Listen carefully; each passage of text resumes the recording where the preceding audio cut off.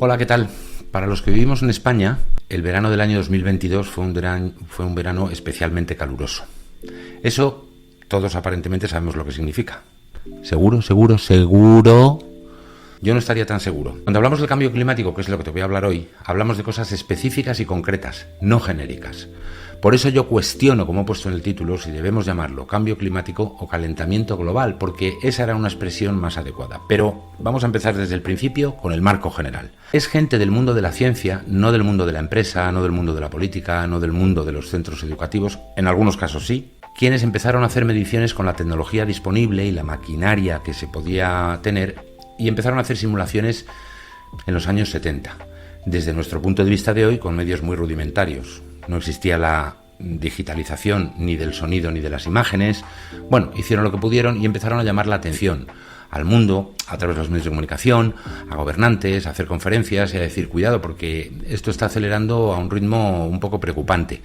Estuvieron, yo no sé si decir 2 décadas o década y media, sin que les hiciéramos caso casi nadie, casi nunca, en casi ningún sitio.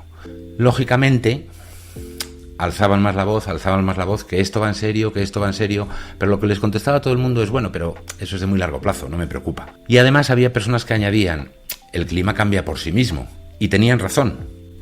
Sin embargo, se acuñó la expresión de calentamiento global, se empezó a utilizar y aparecieron cosas específicas. Puede que te suene haber escuchado o leído hablar del lema o el eslogan «Salvemos la capa de ozono». Eso se consiguió en buena medida, no del todo, no está terminado hoy, pero se mantuvo dentro de unos límites razonables porque se empezaron a tomar medidas de prohibir para fabricar productos todas aquellas sustancias que dañaban de forma específica la capa de ozono. Vete quedando con que esto son cosas específicas y no genéricas. Luego, el origen histórico, y me lo he rastreado muy bien a lo largo de los años, empezó con el lobby del petróleo en Estados Unidos a introducir la expresión cambio climático. La intención con la que lo hicieron pues es bastante sospechosa, pero como no me gusta hacer interpretaciones y me baso más en hechos constatables, el hecho es que lo que se ha generalizado es cambio climático. Y yo me encuentro entre quienes piensan que habría que volver a la expresión calentamiento global. Según todos los observatorios que existen, tanto en el Ártico como en el Antártico, de un montón de países y de gente de la ciencia, a pesar de que teóricamente la Tierra debería dirigirse hacia una glaciación, eso no está pasando porque las capas de hielo, que tienen un papel muy relevante en el equilibrio de la biosfera, en el conjunto del equilibrio de la biosfera, estaban disminuyendo en vez de aumentando. Luego no vamos a una glaciación, sino lo contrario. Por eso tiene sentido utilizar la expresión calentamiento. Y después, como es algo que afecta a todo el planeta, tiene sentido que se considere global. El cambio climático es una realidad que nos descubrió el mundo de la ciencia de manera bastante contundente. Aún así, el grado de alarmismo o las simpatías o antipatías políticas hacen que mucha gente se decante por acabar de creerse del todo o solo a medias o considerar si hay exageración o no. Yo me voy a olvidar de hacer esas valoraciones porque no es lo que interesa. Yo voy a ayudarte a que entiendas el problema en sí y luego tú lo catalogas como mejor te parezca. El de estar discutiendo sobre la palabra adecuada o el adjetivo calificativo más apropiado es el A o el B o el C o el D, desde mi punto de vista no tiene sentido.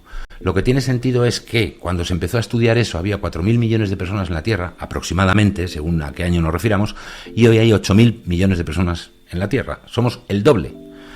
¿Y eso qué quiere decir? Que cada persona necesitamos comer, vestirnos, tenemos un montón de necesidades básicas que hay que conseguir de algún sitio. Para dar alimento a una población de 4.000 millones de personas más hace falta más tierra cultivable, hace falta un montón de cosas en las que poco a poco, año tras año, mes tras mes, día tras día, hemos ido avanzando con descubrimientos gracias a la investigación y al desarrollo. Hay gases que son muy contaminantes. Para que se dé la vida en la Tierra como la conocemos tiene que haber un equilibrio. Y te lo voy a poner gráficamente con un gesto para que lo entiendas bien. Aquí, en esta franja, nos podemos mover. Un poco más arriba, un poco más abajo, vale. Si nos pasamos de esta franja, o por arriba, o por abajo, o por exceso, o por déficit, empieza a haber problemas. Y si eso se prolonga y prolonga y prolonga y no se hace nada, como que 2 más 2 son 4, que acabaría destruyendo un montón de cosas. Por ejemplo, que a mí no me pase nada y que este año en verano haya tenido un poco menos de calor que el año pasado, no tiene nada que ver con que el cambio climático sea una realidad o no, que lo es, te lo digo bien clarito. La temperatura del planeta que se mide es la temperatura media, no es la temperatura que hace a la puerta de tu casa cuando sales a la calle. Es la temperatura media. 1 grado más o 1 grado menos de temperatura media en todo el planeta puede parecer que es muy poco, porque para mi organismo casi ni lo noto. Si yo en verano estoy a 33 grados o a 32, no me voy a dar cuenta. Si no veo un termómetro no me entero. Sin embargo, como temperatura de promedio, que es lo que se mide, para todo el planeta, 1 grado más o 1 grado menos es una enorme diferencia. Tan enorme como que tierras de cultivo se estropean, se arruina mucha gente, no hay alimento suficiente para dar a esos territorios de los que por desgracia no solemos acordarnos con frecuencia, y hay más personas que mueren, etcétera, etcétera, etcétera, etcétera. Pero dicho esto, hay 2 cosas diferentes. La principal distinción es aquellas cosas que contaminan el equilibrio de la biosfera, que tienen repercusiones muy concretas, y la otra para la salubridad de las personas, aquello que afecta a nuestra salud. Hay determinados gases nocivos que, aunque no sean los peores ni más dañinos para el conjunto del equilibrio de la biosfera, sí lo son para la salud de las personas, los que se concentran en las grandes ciudades. De ahí el restringir el tráfico, porque las emisiones de óxidos y dióxidos, de nitrógeno y de oxígeno y algunas sustancias más, la lista es larga, nos perjudican mucho a la salud. Tú acuérdate nada más de que este es un canal empapado de libertad con principios, y que sin principios la libertad no tendría sentido. Espero que te vaya muy bien. Chao, hasta luego.